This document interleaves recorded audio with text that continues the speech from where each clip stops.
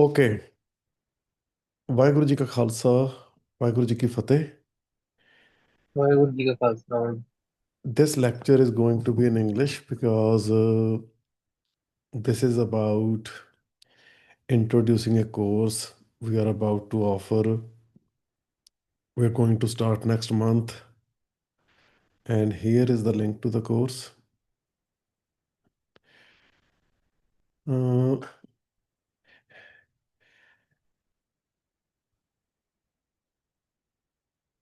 we'll get to the course outline. I'll give you an idea of what we are going to cover in the course.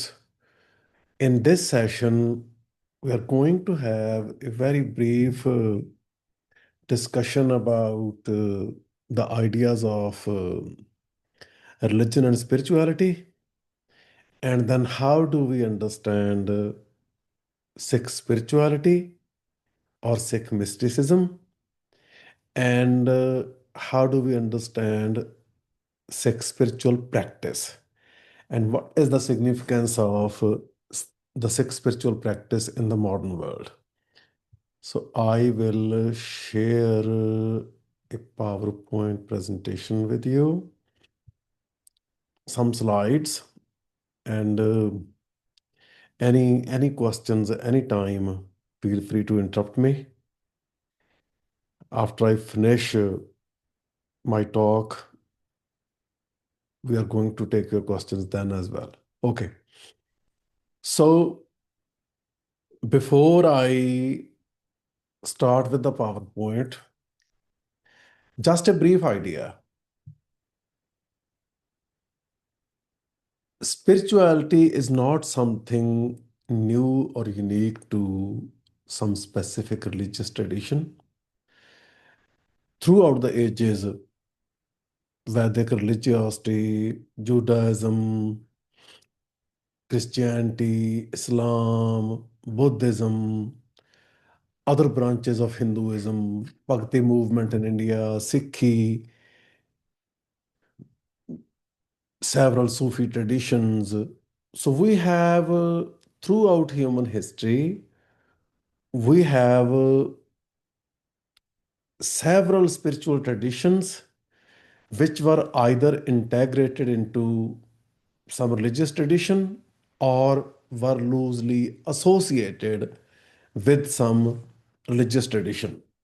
But the ideas of religion and spirituality have fundamentally transformed after the advent of modernity in the West, and when several parts of the world were colonized by European colonizers. Then colonial modernity was introduced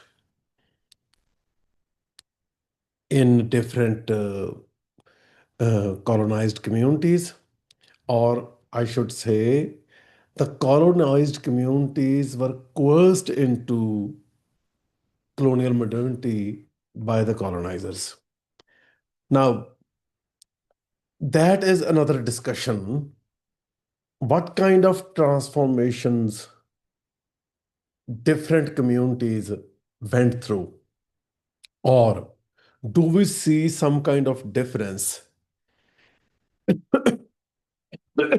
in how colonial modernity influenced a specific religious tradition, or how specific religious traditions engaged with or responded to colonial modernity? That is one aspect.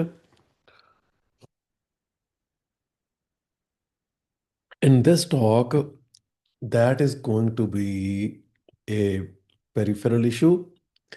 The main issue is after the advent of modernity, the ideas of religion and spirituality were transformed, and then spirituality was kind of dissociated from religion and reinvented in a different context.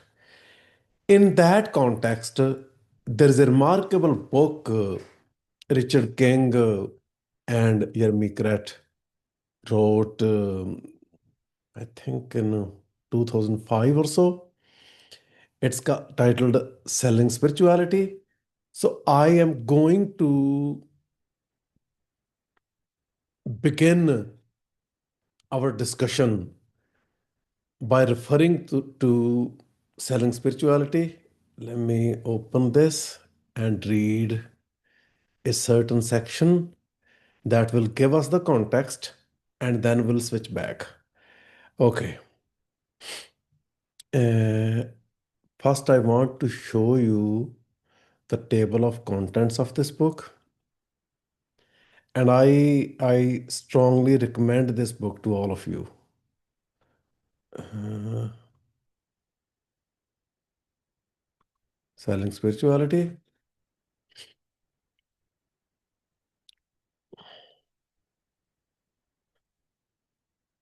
Have a quick look. Spirituality and the rebranding of religion. A brief history of spirituality. Western psychology and the politics of spirituality. Spirituality and the privatization of Asian wisdom traditions. Selling the soul, the business of spirituality. Spirituality and resistance. Challenging the corporate takeover. Okay, these are some of the issues they have dealt with in this book. Let me go to the relevant section in a second. Okay, right here. Mhm. Okay. Spirituality has no universal meaning and has always reflected political interest. When I use a word Humpty Dumpty said in rather a scornful tone, it means just what I choose it to mean, neither more nor less. Okay, these are the quotes. Let's have a quick look at the opening section of this first chapter of the book, A Brief History of Spirituality. There are perhaps few words in the modern English language as vague and woolly as the notion of spirituality. In a consumer society, it can mean anything you want as long as it sells. The language of spirituality functions in a particular way in order to carry out certain tasks in cultural landscape. It serves a particular function even in its apparent vagueness of meaning. It carries a vast array of emotions and connotations that, in most cases, can only be identified by understanding something of the history of the term and also by exploring the specific context of its use. Indeed, the word spirituality is used in so many contexts that it is often difficult to know precisely what people mean by the term. In trying to examine the idea of spirituality, it is important to understand its use rather than its meaning. Or to recall Foucault, we must consider the relations of power the word sets up rather than what it means. Spirituality functions in different ways at different times and reflects a specific ordering of social relations.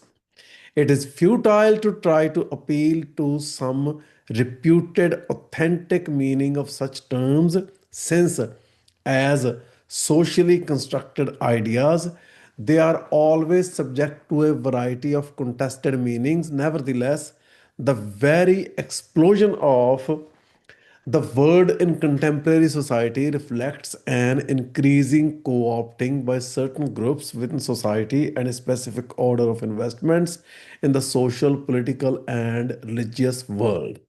Okay, just okay. In the chapter, we wish to raise a series of questions about the idea of spirituality in order to reflect upon current usage of the term and to unravel some of their wider social implications. Okay, So, what they are trying to do in this chapter is they are trying to set the context. This was the history, and these are the kind of transformations spirituality has gone through over time. Now, before we begin our context, our discussion, I want to give you another context. Today, when people say spirituality, they have both religion and spirituality in mind. When they say spirituality, many times they use this term to assert their difference or their disagreement with what we normally call religion, which doesn't have a singular definition, which must be understood differently in different contexts. So the critique of religion that is behind the emergence of the modern term spirituality needs to be understood in its Western context. So when religion is critiqued, then it's a critique of institutional religion that is dogmatic, that has principle, that has rules and regulations, etc., etc. So the modern idea of religion emerged in the West. Before the modern idea of religion emerged in the West, the West had gone through a series of transformations. One is a fundamental transformation that Heidegger critiques, that is found in Heidegger's critique of ontotheology. Ontotheology is made of two terms, ontology and theology. Ontology means study of being, theology means study of God. Ontotheology means study of God as being. So when God is reduced to being, then there is a specific idea of being. When we say being, the question of being is what is it for something to be? The logic behind existence. So, the logic behind existence, that metaphysical approach provides a specific definition of religion or God, that is an entity, a deity, a spiritual, a conceptual deity. So, ontotheology signifies a process that reduces God to a conceptual deity. That means ontotheology is a process that represents what we know as death of God. So God is dead, and a conceptual, always already dead concept of God has replaced it. So that is the metaphysical foundation of the entire crisis that we know as nihilism, that the humankind faces today, that our anxieties, many of our traumas, even historical traumas, they are one or the other way, either byproducts of nihilism or are somehow trying to cope with nihilism. So, a series of transformations started in the West. There were debates between scholastics, then scientific revolution, Greek philosophy. So religion became continued to become more and more institutionalized, more and more dogmatic, specifically after the advent of Protestantism in the West. So is spirituality is a position where people want to or claim to engage in some spiritual practice, but they want to distance themselves from from something that is named as religion, specifically in the Western context. So, to understand this, in the West, people started rethinking about everything in the late 18th century. So in the late 18th century, we have a German Romantic movement in Europe. And what German Romantics did was they engaged in literary production. Literary production wasn't merely a hobby, like I want to be a writer, therefore I write. That wasn't the case. The literary production was a medium for them to articulate their spiritual feelings or to articulate the spiritual process, different processes they prefer to get involved in. So that included many things: question of identity, the question of language, the question of land, even um, the roots of National Socialism that is responsible, a horrible tragedy we know as Holocaust, can be traced back to the German Romantic movement.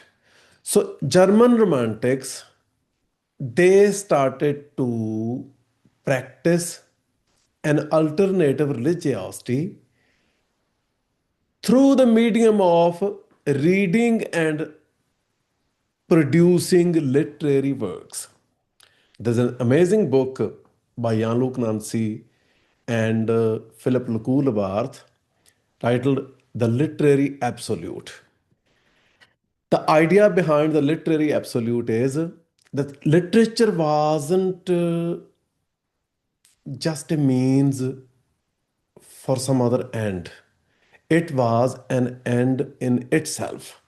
So German Romantic movement had a self-cultivation process, and that self-cultivation process wasn't completely disconnected from Christian religious traditions, but it had no direct connection with the church or the institutional religiosity, but it was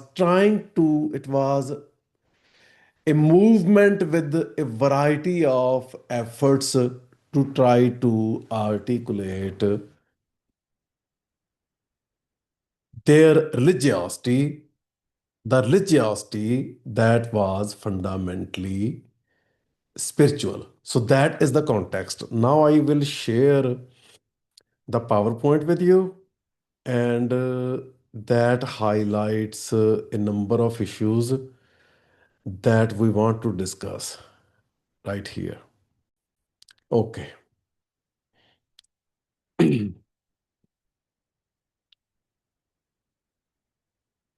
So two these are like historical dimension. American transcendentalism started. They had some interaction with the Eastern spirituality. After colonization, European scholars started studying Sanskrit. They started translating Sanskrit texts into English language, and that introduced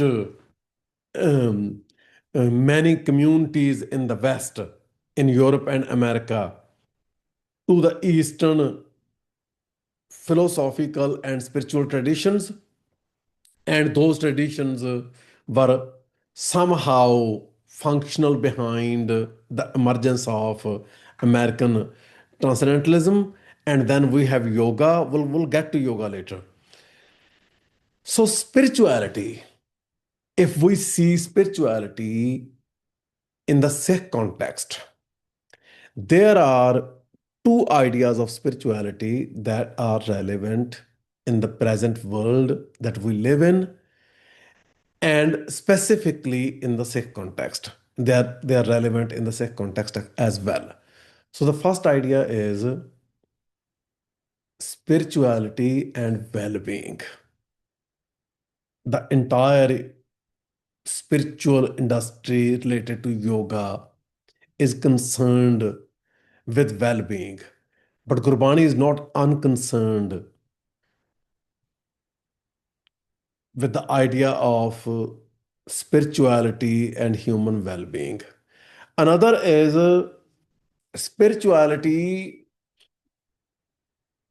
that defines a process of self-cultivation that enables humans to engage with the world, respond to it, and through that connection, explore the self in the cosmic context and work on one's own individual spiritual progress. So, in context of well-being, we have some references from Gurbani. One is Naam Nidan Akhut Gurde Darwo. So, what is Nidan? Nidan is treasure. Akhut, that has no limit. Naam is a treasure that will always be there, and Guru provides that treasure as a cure. Maharog Bikral Tinay Bidaru. The great horrible disease will be cured by this cure, Nam Nidan, that never goes out. So, Maharog Bikral, what is the great disease? What should we call it? Kali Yuga, nihilism, some broad and deep anxiety that is overpowering the entire creation, at least the humankind. Second quote, हर का नाम अमृत है दारू एओ लाए हो सतगुर का भाना चित रखो संयम सच्चा नेओ. So naam is amrit. Amrit is, if I translate amrit, it's a drink of immortality. Har ka naam, the name of the creator Hari Vaheguru, is amrit, and that amrit is the cure, is the medicine. Satgur ka pana chit rakho, sanjam sacha neo. Pana means will, and the word pana needs to be understood in context of another word, that is hukam. So when we say hukam, hukam doesn't simply mean command.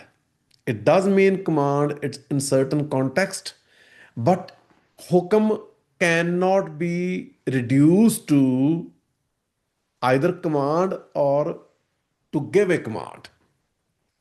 Hukam is an order, The order of the world, the order of the things, the order in which the world operates.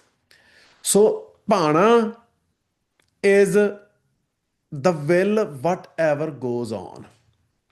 Hukam and Pana are connected. Satgur ka Pana chit rakho, sanjam sacha neo. So, the will of Satguru should be kept alive in the consciousness, and through self discipline cultivate the true affection. Sanjam sacha neo. So another one, paika sanjam je kare, daru pao lae. Andin gun gave sukh sehje, bikh bhavjal naam tare. So if you have self control of fear, then you receive the medicine of affect. Andin gun gave sukh sehje. Continuously without stopping sings the virtues effortlessly. Bikh Pavjal Naam Tare, the poison within, and the Pavjal, poisonous Pavjal, the poisonous waters of the world. People swim across those poisonous waters with Naam. So, with these quotes, we are trying to understand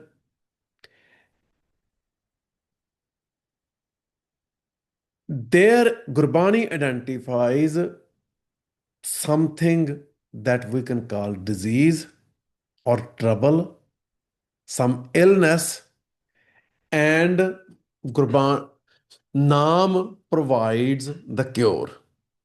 So then the question appears, if Naam is the cure for the suffering, what is suffering in Gurbani? The world is suffering. We are all suffering. Jojo disa so so roki. But how does Gurbani describe that suffering? Lar mahla pehla. Dukh vichoda. Ek dukh ਭੂਖ. Separation is suffering. Hunger is suffering. Ek dukh ਸਖਤ ਵਾਰ ਜਮਦੂਤ. One suffering is the mighty messenger of death. Ek dukh rog laga tan tae. One suffering is diseases, illnesses. Just get on the body. Vaid na pole daru lai. The poor innocent physician doesn't know the cure. ਵੈਦ ਨ ਭੋਲੇ दारू ਲਾਏ ਦਰਦ ਹੋਵੇ ਦੁਖ ਰਹਿ ਸਰੀਰ ਐਸਾ दारू ਲਗੇ ਨਾ ਪੀਰ. There is a pain, there is suffering in the body, and the cure is not in the sight. ਰਹਾਉ ਖਸਮ ਵਿਸਾਰ ਕੀਏ ਰਸ ਭੋਗ. So we have consumed different tastes in the world after forgetting the creator. That is an important part. Because consuming the taste in life is fine. There's nothing wrong with it. There's nothing wrong with any ras in human life, any rang in human life. In 12वां March Guru Arjan Sahib say, Rang sabe narayane jete man bhavan. All the colors that appeal to human mind, they are the colors of Narayan, Akal Purkh, the creator. Khasm visar kiye ras bhog, but when we consume the pleasures of world after forgetting the creator, then in isolation they have different effect. The effect is ਤਾਂ ਤਨ ਉੱਠ ਖਲੋਏ ਰੋਗ. Then different diseases emerge out of body. Man andhe ko milai sajaye. The blind mind gets punished. Vaid na pole daru laye. The physician doesn't have the cure for it. Chandan ka phal chandan vas. The fruit of chandan dwells on a chandan tree. Manas ka phal ghat mein saas.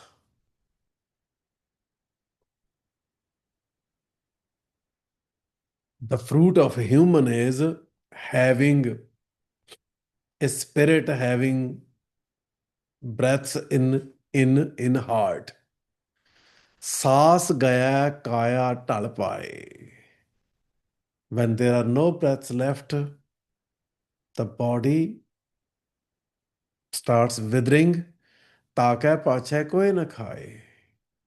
Nobody even eats the dead body. Kanchan kaya nirmal hans. Kanchan kaya, the body made of pure gold, is spotless, pure like Hans, a mythical bird. Jisme naam Naranjan Ans. That is the body that has element of naam of the Naranjan. I will describe naam in a minute. Dukh rog sab gaya gavaye, nanak chutas sacha nae. So all the sufferings, they go away, and with the true name, one is liberated. So, what does Naam mean? Naam means the phenomenal existence, Sargun Sansar, the world that we can see and touch. That is the expression of the Creator is Naam. But the dictionary meaning of the word Naam is name. So, in many contexts in Gurbani, Naam is used in context of name, or Naam is used as name, or Naam means name literally. So, name, what is name? Name is identity. So, Naam of Vaheguru provides identity to everything that is in creation, to everything that is in existence.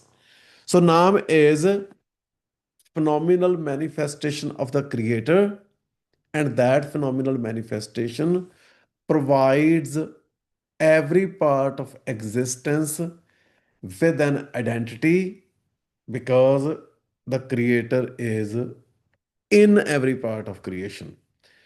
So that is Naam. Now,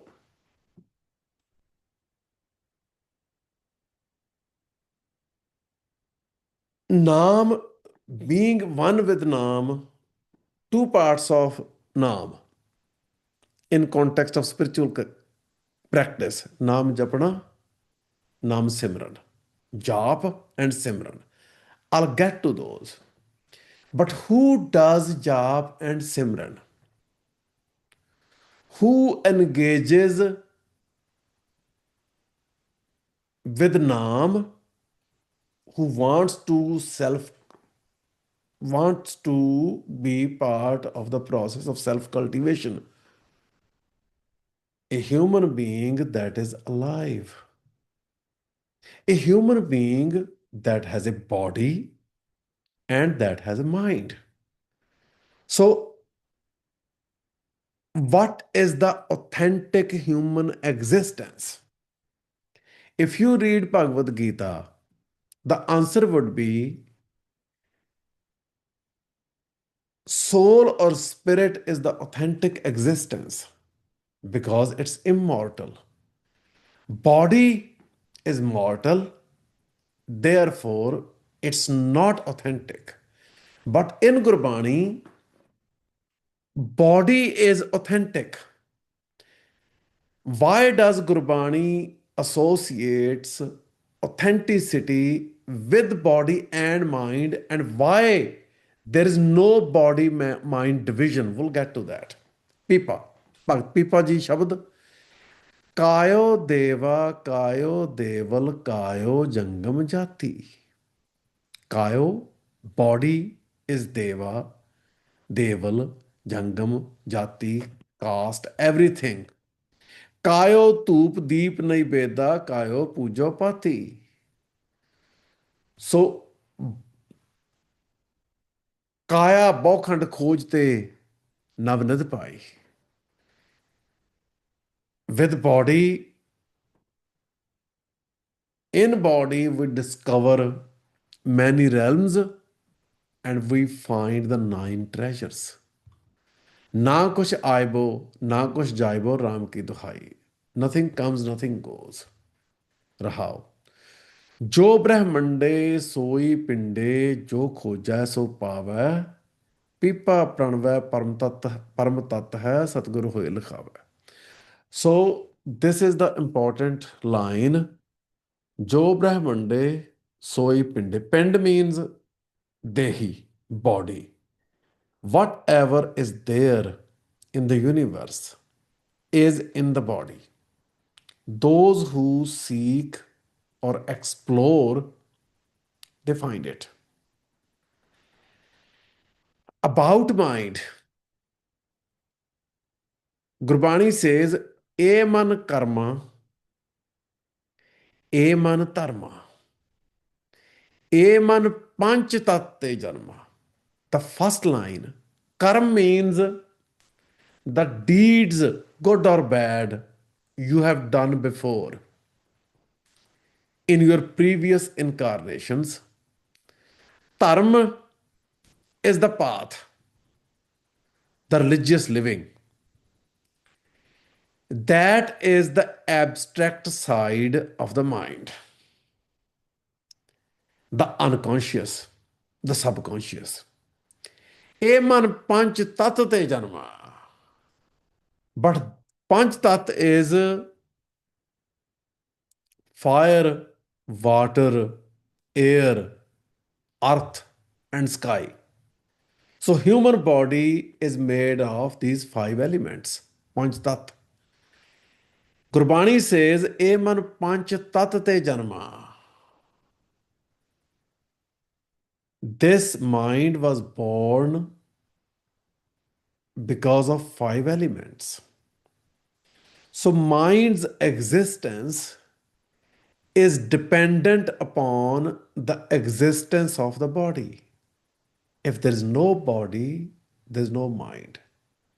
If there's a body that's alive, then it has a mind in it. We'll get to this point again. About body, this is a Shabad by Guru Amar Das Sahib Ji. Kaya kaman at swalyo, pir vasai jis nale. So it's a long Shabad. I will read some sections. Kaya andar sab kish vasai. Khand mandal patala. Everything dwells in human body, such as different realms, different circles, and the lower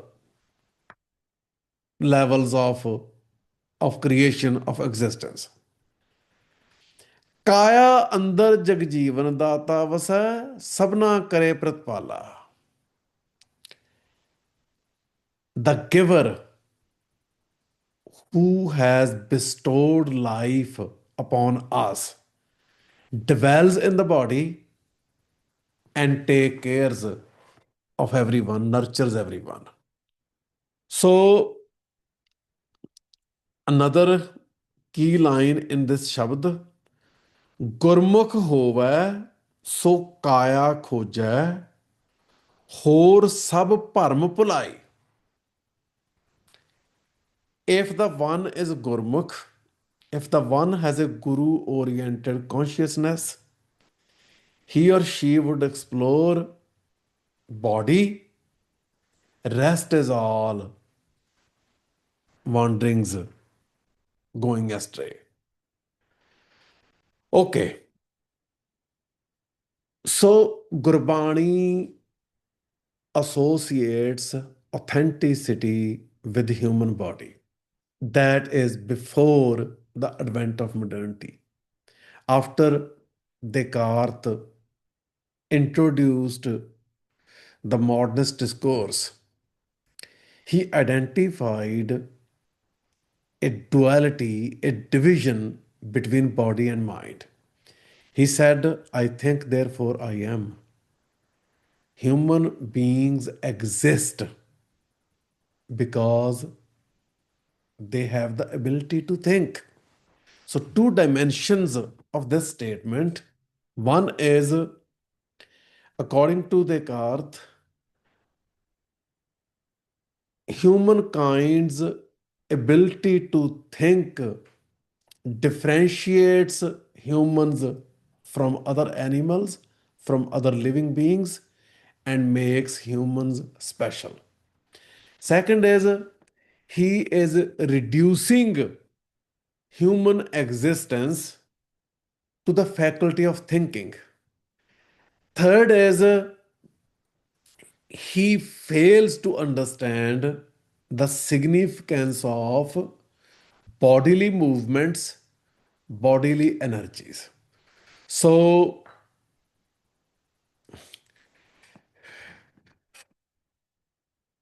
mind, that is faculty of thinking, is primarily identified with the process of understanding, and body is how we connect with the world. The sensuousness, the sensual experiences of living in the world, connecting to the sounds. So, once again, going back to Naam, in Sikh spiritual practice, there is one term that is Simran. And when people say Simran, they generally mean to repeat the name of Vaheguru over and over again. But that is a misunderstanding. That is not Simran. That is Jap. Reciting the name of Vaheguru over and over again is Jap. Simran means remembrance. Simran is more like Ajappa Jap. Ajappa Jap is when the name is getting recited without any effort, without even knowing about it. When people cannot help it, they cannot avoid it. That is Ajapa Jap. So Simran is synonymous with Ajapa Jap. Simran is a state. Simran is more of a spiritual state, and Jap is a spiritual practice. So when we say Naam Japana or Naam Simran Karna, Bhai Sahib Bhai Ranveer Singh described about the connection of Simran and Gurbani. Bhai Sahib used word Simran for job.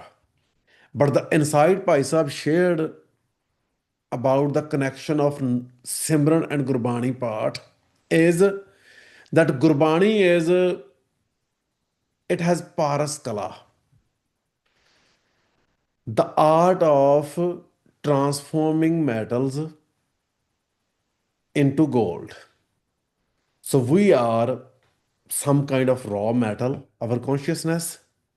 The touch of Gurbani transforms, and after we are transformed, then we are on a state to follow the path of Naam Japna or Naam Simrana, reciting of the Naam, or being in the state of remembrance of Naam. Simran is being in the state of remembrance. Another is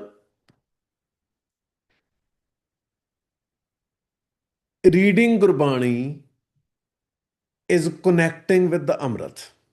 That is another explanation of Sikh spirituality. So, where is Amrit? Amrit is located in two places. One is Amrit is in the Shabad of Sri Guru Granth Sahib, Shabad of Gurbani. Another is Amrit is something every human being has within. So Shabad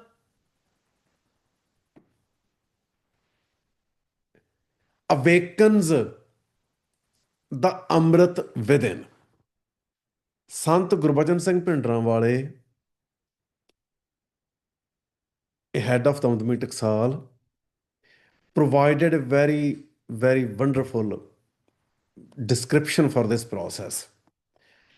In Punjab, summers are very hot, and when summer is hot, we used to have hand pumps there. And in the hot summer, if a hand pump is not used for a while, the water goes down. You try to use it, it doesn't work.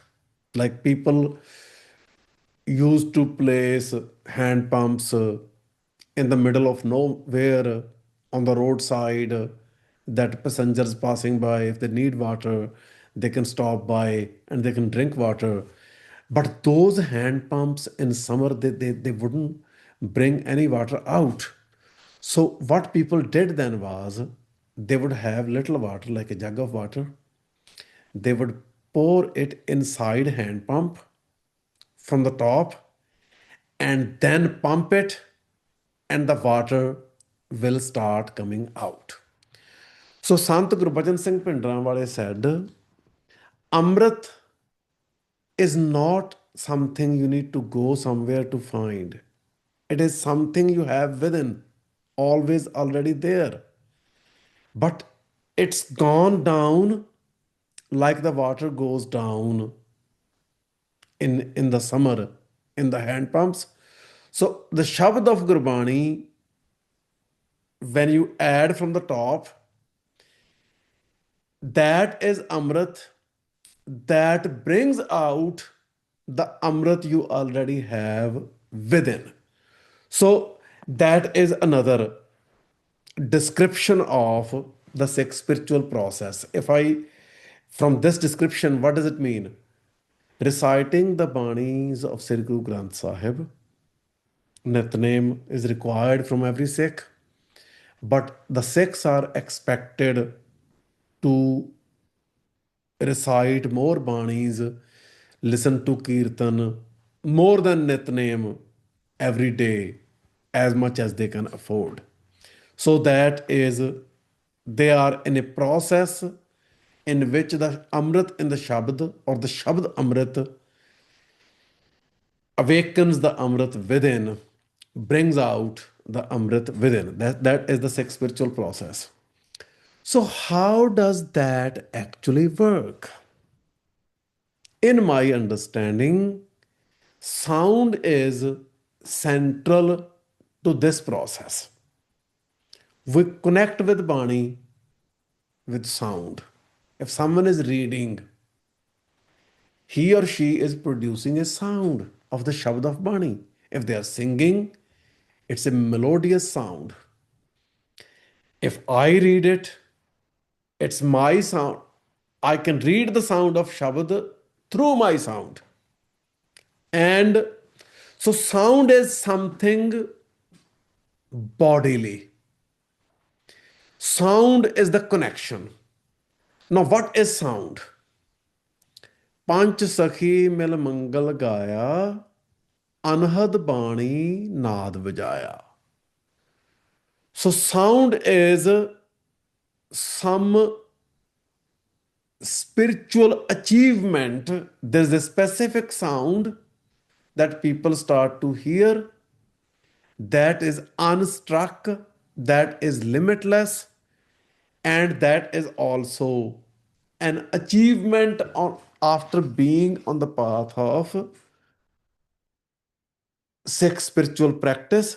So it's more like an outcome of Sikh spiritual practice. So, what is sound? I have some ideas about sound. Sound is not secular. Sound is neither secular nor universal. Sound is always local and personal. Languages are grounded in local subjective sounds. Sounds are in memory and find a variety of expressions in language as well. Like if a child cries, or if a grown up human being cries for some reason, or screams, or laughs, they produce sound. And that sound is meaningful in its own way. But that is not the only sound. Language is connected, each language is connected to a particular kind of sound pattern. And those sound patterns are connected to different experiences and different modes of experiencing. So let's say there's a folk song.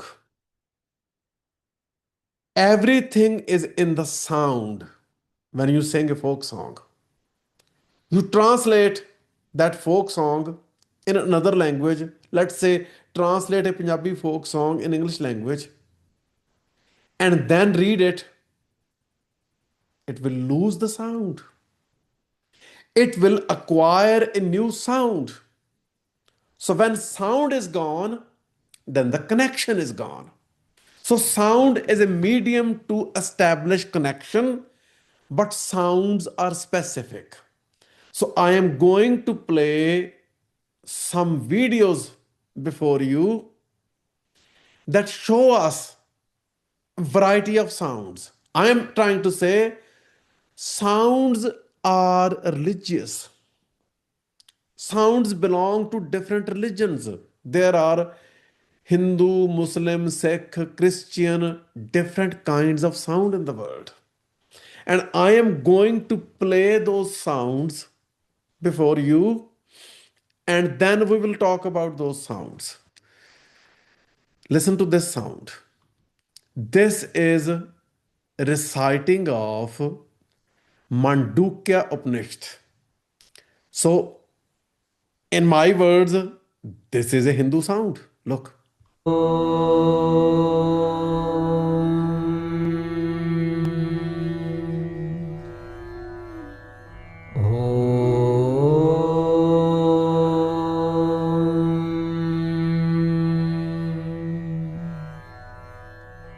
अथ माण्डुक्योपनिषत् शान्तिपाठः भद्रं कर्णेभिः शृणुयाम देवाः भद्रं पश्येमाक्षभिर्यजत्राः स्थिरैरङ्गैस्तुष्टुवागुंसस्तनूभिः व्यशेम देवहितं यदायुः स्वस्ति न इन्द्रो वृद्धश्रवाः स्वस्ति नः पूषा विश्ववेदाः स्वस्ति नस्तार्क्ष्यो अरिष्टनेमिः स्वस्ति no बृहस्पतिर्दधातु. Okay, this is Sanskrit language. This sound is an outcome of Sanskrit language. If these meanings were expressed in some other language, they wouldn't produce this sound. That is one aspect of sound. Another aspect of sound is the way these Brahmins recite Mandukya Upanishad. It is connected to their spiritual practice. The music in the sound, the pattern of reciting has emerged out of their specific spiritual tradition. So nobody else could have imagined to produce this sound if they didn't have both the things. One is knowledge of Sanskrit language. Second is connection to the tradition that out of spiritual practice produced a specific music in these words. Listen again. ॐ शान्ति शान्ति शान्तिः. अथ प्रथमः खण्डः. ओमित्येतदक्षरमिदं सर्वं तस्योपव्याख्यानं भूतं भवद्भविष्यदिति सर्वमोङ्कार एव. यच्चान्यत्रिकालातीतं तदप्योङ्कार एव. Okay, now we will listen to next sound. This is a Muslim sound. A Muslim is giving an azan, and this sound is produced out of reciting of the words written in Arabic language. If they were written in Farsi, Urdu, Turkish, Punjabi, Hindi, sound wouldn't be same. Second is there is Islamic spiritual tradition that is part of, that is integrated into the religion of Islam. So both of those, language and spiritual experience, again produce the sound. Listen to this. الله أكبر الله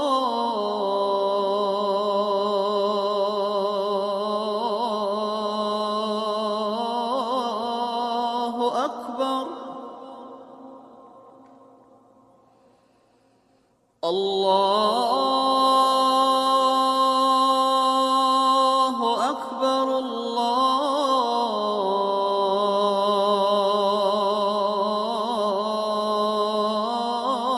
الله أكبر. أشهد أن لا إله إلا الله.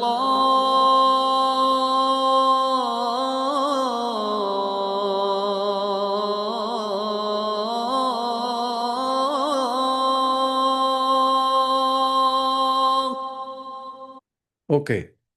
Third example, another Hindu example, that was Sanskrit text. This is from Tulsidas written Ramcharitmanas. That is a text from the 15th century. Tulsidas wrote Ramayana in a vernacular language, the language people spoke in their everyday lives. So Tulsidas is one of the leaders who grounded the experiences of Sanskrit Ramayana into vernacular language. And in that language,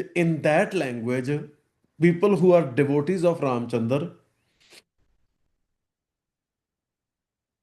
again, it's Tulsidas, the specific language Tulsidas wrote Ramayana in. One, it's music of that language, strictly belongs to that language. Another is that spiritual tradition that had some connection with Vedant, some with Bhakti movement. That spiritual tradition produces experiences that produce this sound. Listen to this sound. हम हो चाहे आप, वेद की ऋचाएं भले याद न हो, वाल्मीकि रामायण के श्लोक भले याद न हो, पुराण के श्लोक न याद हो, लेकिन ऐसा कोई हिंदू नहीं जिसको मानस की एक चौपाई न याद हो। अरे कुछ न याद होगा, कम से कम इतना तो जरूर बोलेगा, ए जी मंगल भवानया मंगल हारे, मंगल भवानया मंगल हारे, प्रभु सुत सरथ अजिर बिहारी, प्रभु सुत सरथ अजिर बिहारी, प्रभु सुत Sarath अजिर Bihari.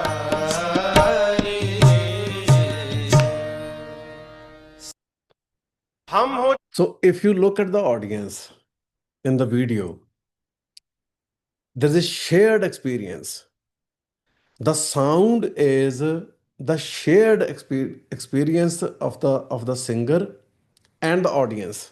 So that's a specific sound grounded in specific language and belonging to a specific spiritual tradition that represents a very specific mode of experiencing. Now, this is, in my understanding, the best Gurbani recitation I have been able to find. It's a group of Nihang Singhs, and Nihang Singhs and Damdami Taksal, they have a continuity of tradition that they have been learning from their teachers generation to generation. So they have old patterns of doing Gurbani part. If you listen to someone who doesn't belong to one of these traditions, Nihang Singhs or Taksal, you will, like, I haven't been able to find that music of Gurbani recitation in a Sikh with modern education, a Sikh limited to modern education. So I will share with you 2-3 different samples, but listen to this.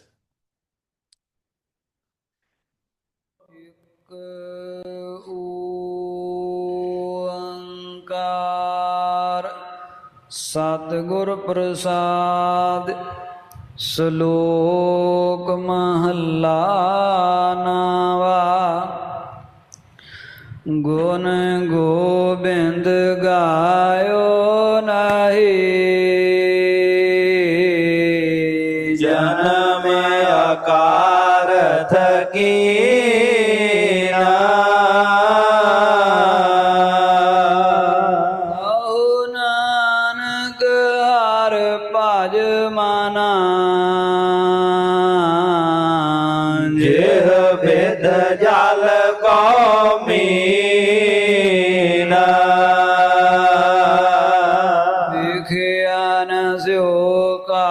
ਨਾਹੀ ਰਚਿਓ ਨਿਮਖ ਨਾ ਹੋਏ ਉਦਾਸ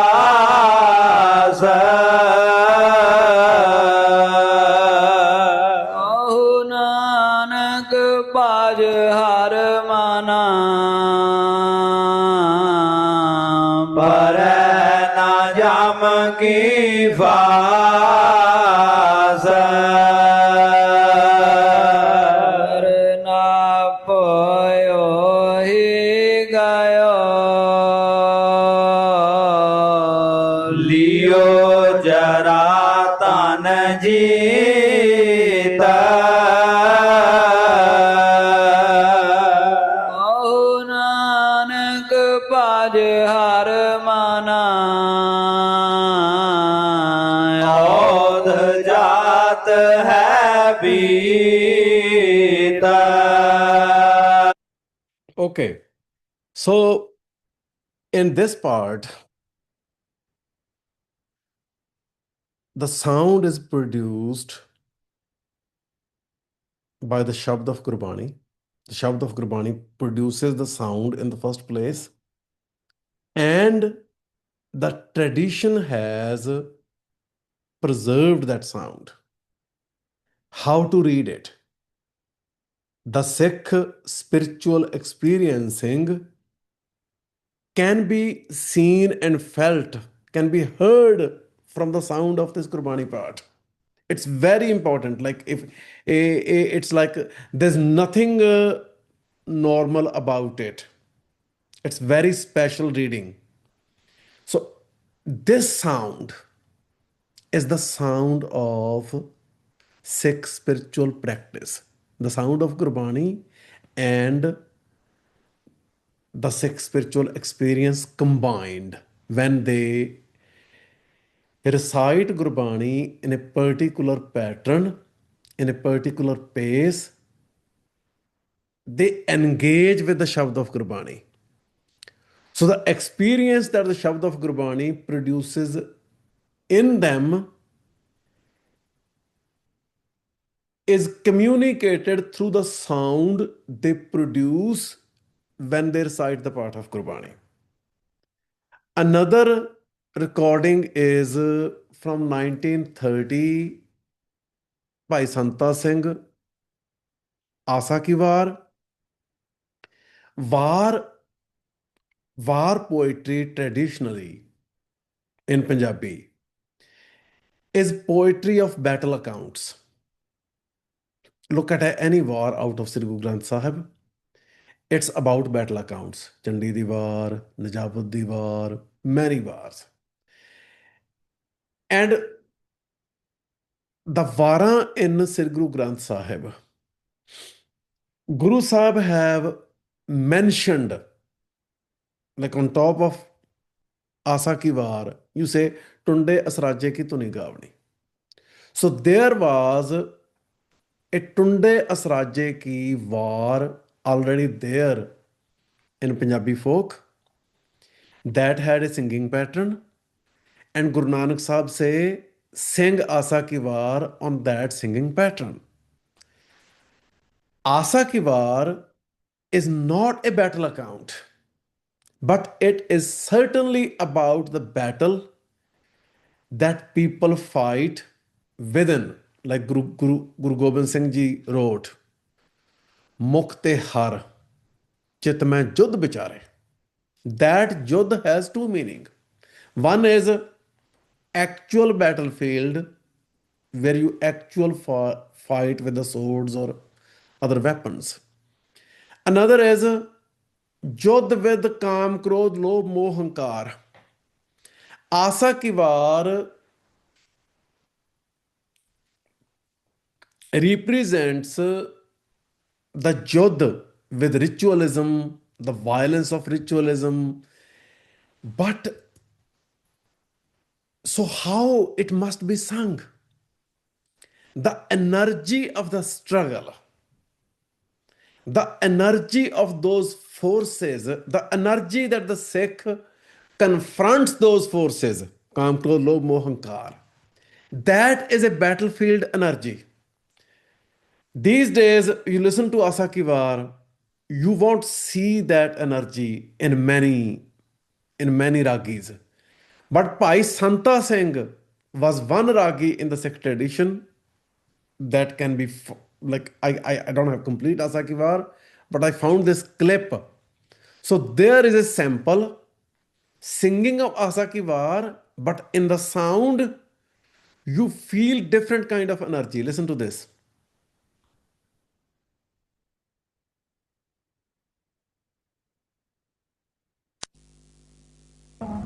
नभत मेरा पूरा सतगुरु निहाल नाम दया राम लागे कृष्णा भूख हर उतरे द्वार नाम दिया हर नाम दिया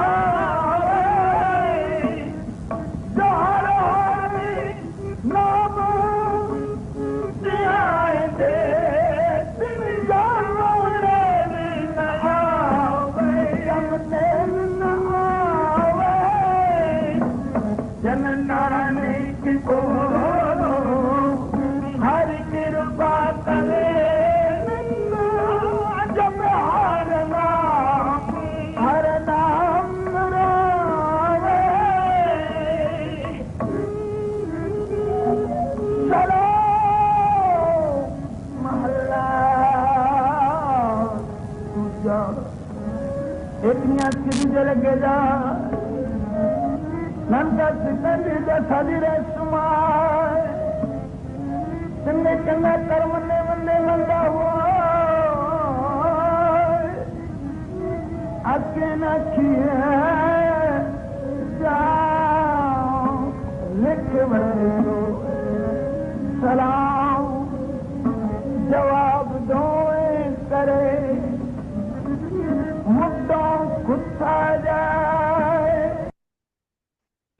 Okay. Okay. So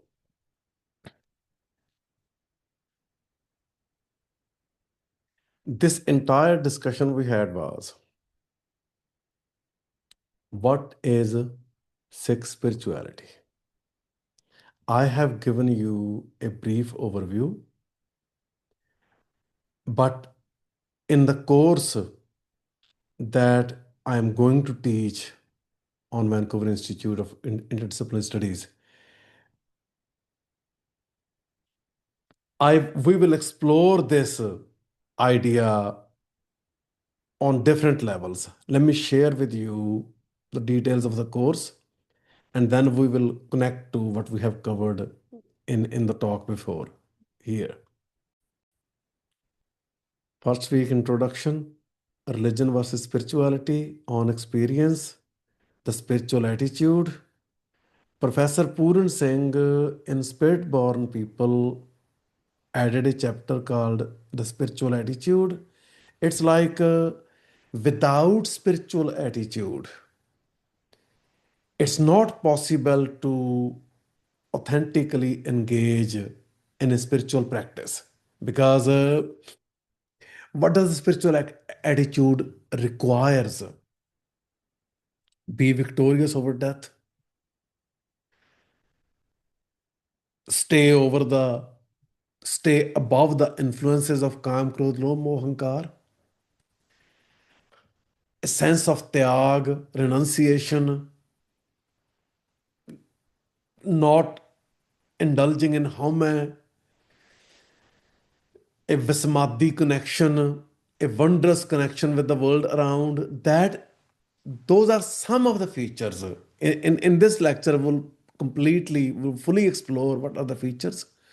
So, fifth lecture is human, the elemental self, know the elements, connect to the elements. Then we get to the elements. Sky, Shabd, Naam, and Kirtan will be covered in this section. Second element is air, sound, and music. Third is water, the flow. Sangat, watering the self down. Seva, aesthetics, poetry. Next is earth, language and the experience of the sacred language grounds body and mind, violence, death, sidq.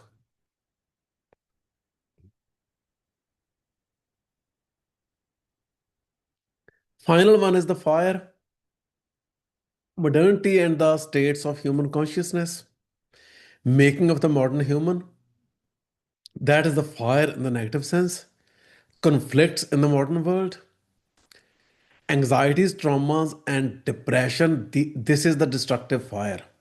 But there's another fire, Jodh, the flame within, and Ardas, connection between Ardas and Jodh.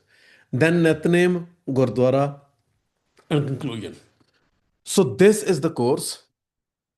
But what we have covered today, to summarize, the link of this Asakivar, I will share the link. It's not a link of this Asakivar. It's just 1 minute clip. I can share the 1 minute clip with you. 1 second. I am trying to find this complete Asakivar by Pai Santa Singh. If you find it, please share it with me. 1 second. Okay, here is the link.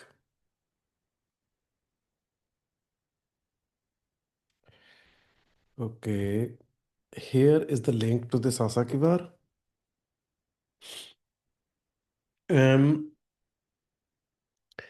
So the idea that we have tried to explore today, 1 second. The idea is Sikh spiritual practice cannot be imagined without Gurbani Path and Gurbani Kirtan. That is connecting to the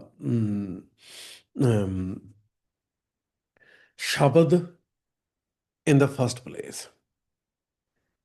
So Shabad has a sound, and that helps a spiritual practitioner to explore the sound within or cultivate one's individual sound while connecting with the Shabad. That's one dimension.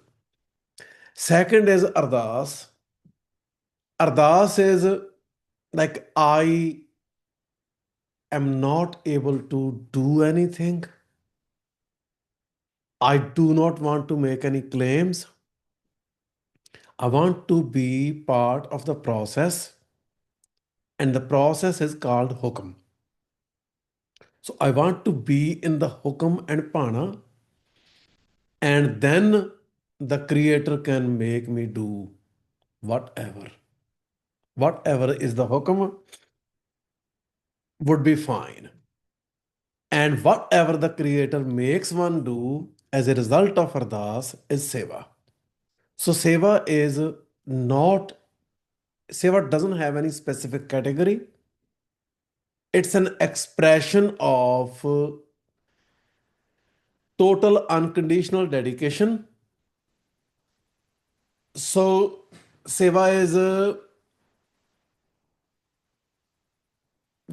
engaging in any act, cleaning dishes in a gurdwara, cleaning shoes of sangat, engaging in a political struggle, writing something, fighting in a battlefield.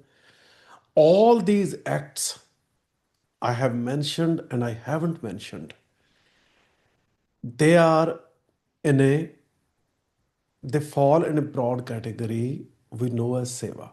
So Ardas, Seva, Simran.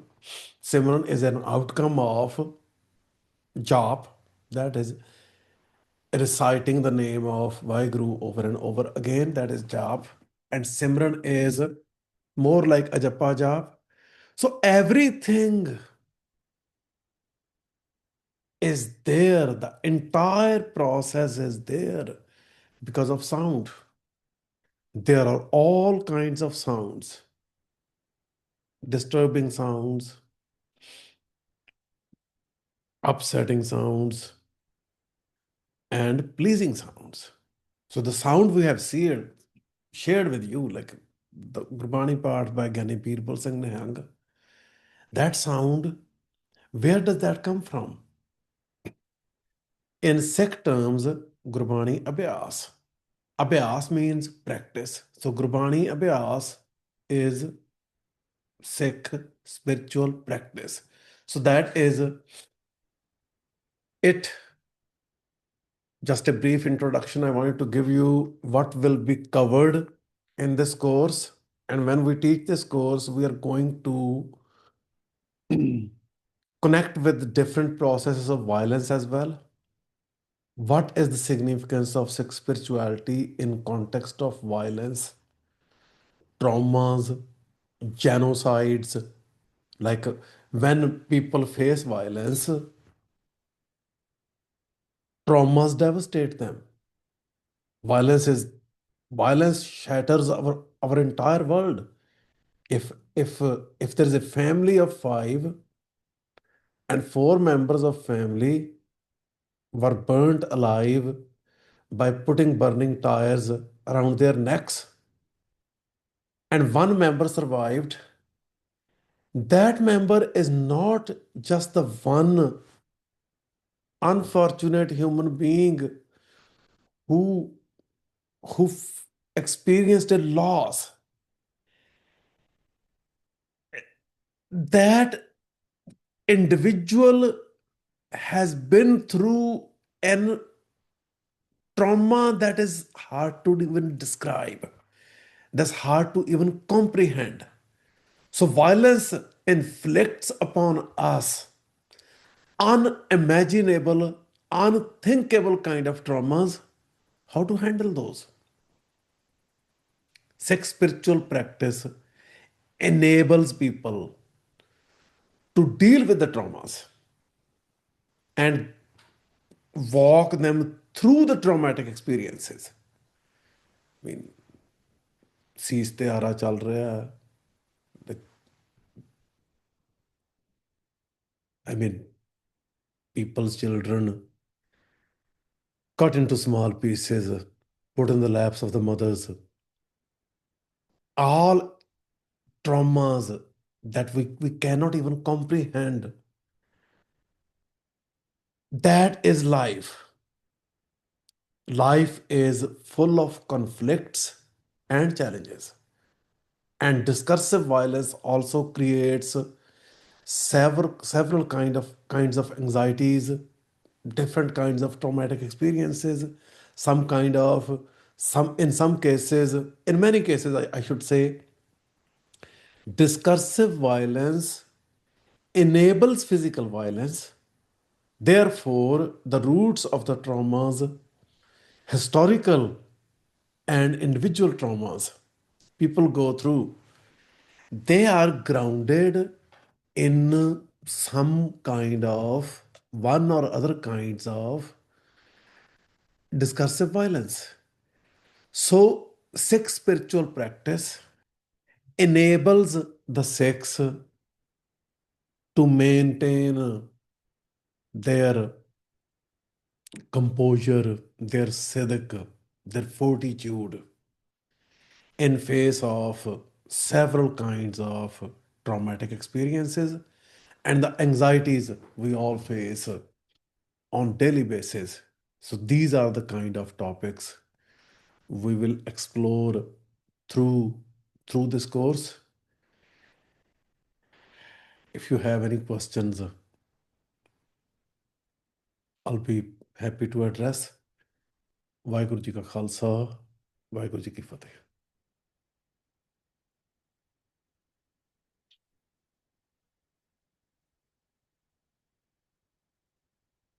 Any questions? ਹਾਂਜੀ ਰਣ ਫਤਿਹ ਚੱਠਾ ਜੀ. ਵਾਹਿਗੁਰੂ ਜੀ ਕਾ ਖਾਲਸਾ ਵਾਹਿਗੁਰੂ ਜੀ ਕੀ ਵਾਹਿਗੁਰੂ ਜੀ ਕੀ ਫਤਿਹ। ਫਤਿਹ. ਅੱਜ ਜਿਹੜੀ sound ਦੀ discussion ਸੀ ਮੈਨੂੰ ਬਹੁਤ ਵਧੀਆ ਲੱਗੀ।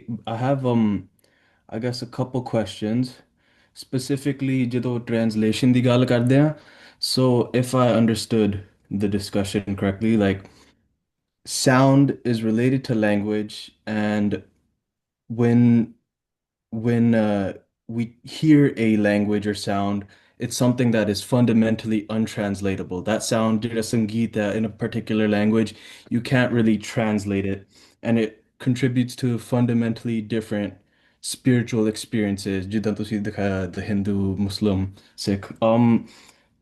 But on this issue of translation, is there any kind of conceptual bridging between the differences between languages? ਹੁਣ ਜਿਹੜੀ video ਤੁਸੀਂ ਦਿਖਾਈ ਸੀ, the second one of the Hindu, I don't know, Yes. Tulsidas, Yeah. whatever.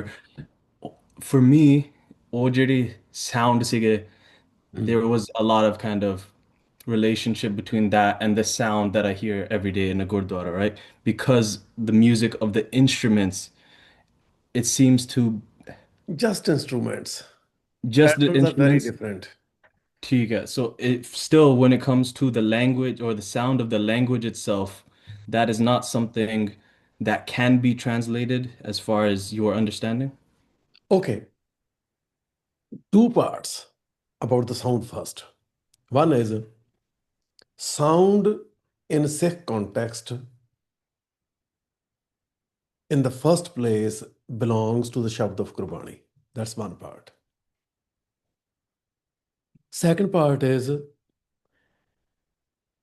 sound belongs to Sikh spiritual living that belongs to the Sikh tradition. To explain this, I would say take a Shabd of Gurbani and give it to some singer, Hindu or Muslim, trained in classical music, who knows all the rags. Let's say a singer, a musician can perfectly sing Sarang Rag, give the Shabd from Sarang Rag. They cannot sing it. They cannot even mimic the singing pattern of a Sikh Ragi. The way Sikh Ragis sing, the pauses they have, that is tradition. And that is the spiritual living that continues among the Sikhs throughout the Sikh tradition. So, sound, original foundation of sound is the Shabd of Gurbani, but both Gurbani Path and Gurbani Kirtan, it's impossible for someone who doesn't belong to the Sikh tradition to produce that sound. So, two sources of sound. I am trying to insist upon the lived experience that continues throughout the tradition from generation to generation. Like I have listened to many Hindus who have sung Gurbani Shabd. They make it sound like a bhajan.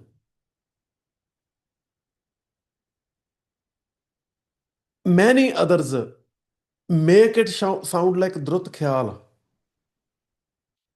But when Sikhs sing that, like I can share countless examples just from Pai Balbir Singh's Gurbani Kirtan. And many other Ragis, Pai Avtar Singh, Gurcharan Singh, whose family has the traditional Gurbani Kirtan pattern from the Guru Sahibaan period, and many other Rakis actually, who have one or the other way those nuances of Gurbani Kirtan, those specific sounds, those are Sikh sounds. Like a Sikh can learn Arabic, a Sikh can learn how to how to read Quran. But the azan I shared with you, it's difficult for a non-Muslim to produce. It belongs to that tradition. It's like Rajan Maharaj, the Hindu singer, the Hindu spiritual preacher who sang Tulsidas, I can share with you 10 videos of properly trained Indian singers singing the same section of Tulsidas, and not even a single one of them can produce that sound that has that atmosphere. Like you search that Mangal Bhavana, Mangal Hari, search Sonu Nigam, search many others. They cannot do it. They are Hindus, but they do not belong to the Hindu spiritual tradition. They have the text for before them, but they don't have the sound that belongs to the lived experience of that particular religiosity. So Gurbani Path and Gurbani Kirtan, that sound belongs to Sikh tradition. A non-Sikh cannot produce it. So two sources of sound. I haven't addressed the issue of translation. I am not against translation because I am not against Katha. Katha is an exegetical work. Translation is also an exegetical commentary only in different language. So exegetical works, interpretations in Punjabi or in any other language, they are all translations. And they all are relevant, and they all have a role, and they are all, including Punjabi, are going to have their own limitation. Starting with Punjabi, no translation is ever going to be an alternative of Gurbani. The Shabd of Gurbani cannot be reproduced in a translation, but translations are important to have. I'm not saying they're okay, I'm saying they're important to have. We cannot do without translations, without interpretations. There cannot be a single authentic interpretation of Gurbani. There's going to be new Gurbani interpretation in every age. And sometimes newer Gurbani interpretations are closer to the tradition than the older Gurbani interpretations. For example, Koti Tika was produced before Bhai Veer Singh's Santhya Sri Guru Granth Sahib. Bhai Veer Singh's Gurbani interpretation in Santhya Sri Guru Granth Sahib is closer to tradition than the Koti Tika. Koti Tika is great in many ways, but it has more later influences of Vedant, etc., etc. The first interpretation is Bhai Gurdas. You read Bhai Gurdas and read Bhai Veer Singh, you will see proximity between Bhai Gurdas and Bhai Veer Singh, and lesser proximity between Bhai Gurdas and Koti Tika. So newer translations can be closer to the Shabd of Gurbani. So there cannot be a final translation. There cannot be ban on Katha.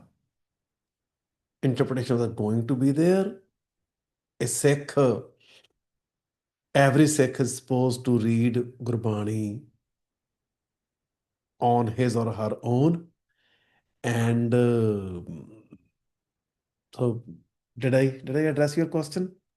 Hanji, thank you. Thank you. Hanji Ritika. ਹਾਂਜੀ ਵਾਹਿਗੁਰੂ ਜੀ ਕਾ ਖਾਲਸਾ ਖਾਲਸਾ ਵਾਹਿਗੁਰੂ ਜੀ ਕੀ ਵਾਹਿਗੁਰੂ ਜੀ ਕੀ ਫਤਿਹ ਫਤਿਹ। ਤੁਹਾਡਾ lecture ਮੈਨੂੰ ਬਹੁਤ ਪਸੰਦ ਆਇਆ ਤੇ class ਵਾਸਤੇ ਮੈਂ ਬਹੁਤ ਐਕਸਾਈਟਿਡ ਹਾਂ ਐਕਚੁਅਲੀ ਮੈਂ ਇੱਕ ਪੇਪਰ ਲਿਖ ਰਹੀ ਹਾਂ ਸਿੱਖ ਸਪਿਰਿਚੁਅਲਿਟੀ ਦੇ ਉੱਤੇ ਐਂਡ ਕਰੈਟਨ ਕਿੰਗ ਦੀ ਬੁੱਕ ਵੀ ਮੈਂ ਹੁਣੇ ਪੜ੍ਹ ਕੇ ਹਟੀ ਹਾਂ ਉਹਦੇ ਵਾਸਤੇ ਓਕੇ ਬਟ ਉਹਦੇ ਰਿਗਾਰਡਸ 'ਚ ਮੇਰਾ question C so I'll ask in English I suppose how can we ensure that distinctions are made or perhaps Sikh spirituality is prevented from being understood as a new age spirituality. I'm thinking in terms of like there are new individualistic approaches to Sikh spirituality, which are more self oriented, specifically to a closed off self. I'm thinking in regards to like the decline of the Sant Sipahi. Um, how can we prevent Sikh spirituality from becoming a new age spirituality that feeds consumer attitudes rather than destroying them, if that makes sense? Look, what is behind consumer culture? Marketing. What is behind marketing? Psychoanalysis. Marketing is a psychological play with human desire. Marketing is about making people desire to have what they do not actually need. That is marketing.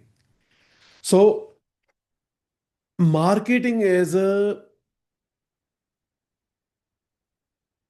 more about individual obsessions grounded in home. Sikh spirituality is getting rid of home and being part of the process that we know as hukam. So, hukam, we must remember, is command at certain places in Gurbani, but it cannot be reduced to simple command. It's an order of things. It's the order in which the entire cosmos plays functions. So, hukum is a process that is always already there. So, Sikh is supposed to be part of that process. In that process, in under hukum, we might have to sacrifice our lives, our families' lives, our children. So Sikhi requires that us to accept all of those sufferings, tragedies as pana or hukam, but not to bow down, not to submit before the power. About individual and collective, Sikh spiritual practice has both dimensions. In most cases, Nitnem is individual, but it's better if you can do even Nitnem in Sangat. Aap japa avara naam japava. That means individually a Sikh will do his her own spiritual cultivation and then he will connect to others to the same process. So Sangat or the collective spiritual practice that has a very significant place in Sikhi, in Sikh tradition, and that empowers the sound of Sangat. There's something special in the sound of Sangat singing Gurbani. Individual loses his her own voice. Individual doesn't hear his or her own voice. Losing the voice, losing the individuality of the voice is important. And listening to the entire Sangat, singing the same Shabad, that is a different level of sound. So connecting to a sound that doesn't belong to one individual, it's important. It's like a, a process that is in place to lose individuality and uh, cultivate subjectivity that is not an isolated entity. That subjectivity whose existence can be understood and appreciated only in the collective context. Hmm. Did I address your question? If not, if something is left out, remind me, okay? No, that was good. I'm actually looking at this new kind of therapeutic understanding of Gurmat, something called Gurmat as therapy, which was introduced by Davinder Panesar at the UC Riverside conference recently, and Okay. he's suggesting something similar to what we've discussed as Sikh spirituality here, but I also seeing some New Age spirituality elements in it. Yeah. And that's why I asked the question, because I brought up where the Sant Sipahi falls in this discussion, and Yeah, I didn't address the Sanspy part. Look, Guru Nanak Sahib described that. The path of Sikhi is path of love. Love with the Creator. Love with the Creator who is present in every single part of creation, in every single human being, belonging to every gender, every caste, every religious community, everywhere. So, Guru Sahib said, "Jo to prem khelan ka chaho, sir tar tali gali meri aao, it marg pair tarijah, sir dijah kaan na kijah."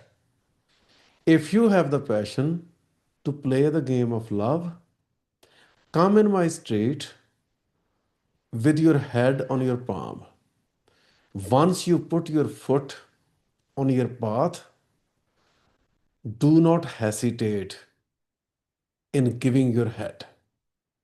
So, if a Sikh is on path of love with the Creator that is in the entire creation, and in that creation, if someone is being oppressed by someone powerful because of their gender, race, caste, religion, anything, a Sikh is supposed to stand up.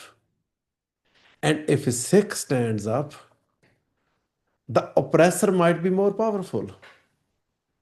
The oppressor will attack the Sikh, and the Sikh will have to give his or her head. That is the Sikh history. That is where the Sikh history basically emerged from. Hindus, starting with the Hindu hill kings, they were very hostile to the Sikhs. Most of the Hindu kings were collaborating with the Mughals, and the Mughals were trying to eliminate the Sikhs. But the Sikhs didn't think about that. If Hindu women were abducted by the invaders, they attacked the invaders and they released them. That is the part we always hear. What we do not hear, hundreds or maybe thousands must have given their lives during those rescue missions. You attack, you engage in a battle, you don't just kill, you get killed as well. That is how battlefields work. So that is what were those Sikhs doing? They were playing the game of love. I have dedicated my life to this path. These are the ideals I'm supposed to maintain. I'm going to maintain it. The Sikhs have grown their hair. They are Amritdhari. Why? Because of the effective relationship they have with the Guru Sahib. And sometimes they have to lose their life because of this identity. So they continue to follow the path of love, maintain their distinct identity, get identified, and then get killed. simply because of being Sikh. That happened in the 18th century, and that happened in India in 1984, before 1984, Haryana and many other places after 1984. And you look at the Khalistan movement, people who were killed in Khalistan movement, most people had fully grown hair. They were Sabat Surt, and they were underground. A guerrilla who's underground and fighting in the battlefield, who needs to change his identity to evade arrest and further torture and killing, how will they do that?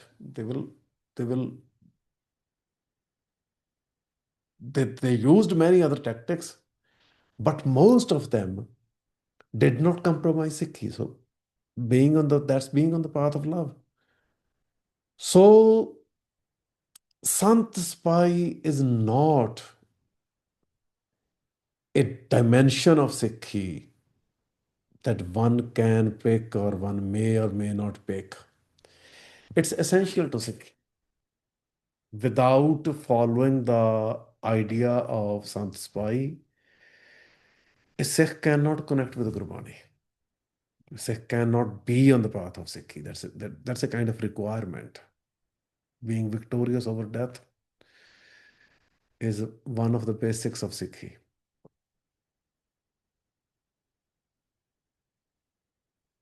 Is it clear? Hanji, thank you. Okay. Any other questions? Okay. Thank you so much for joining in this discussion on a short notice. The course will begin next month.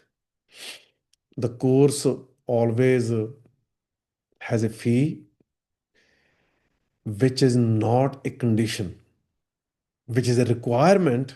We need as many paying students as we can get, but it's not a condition.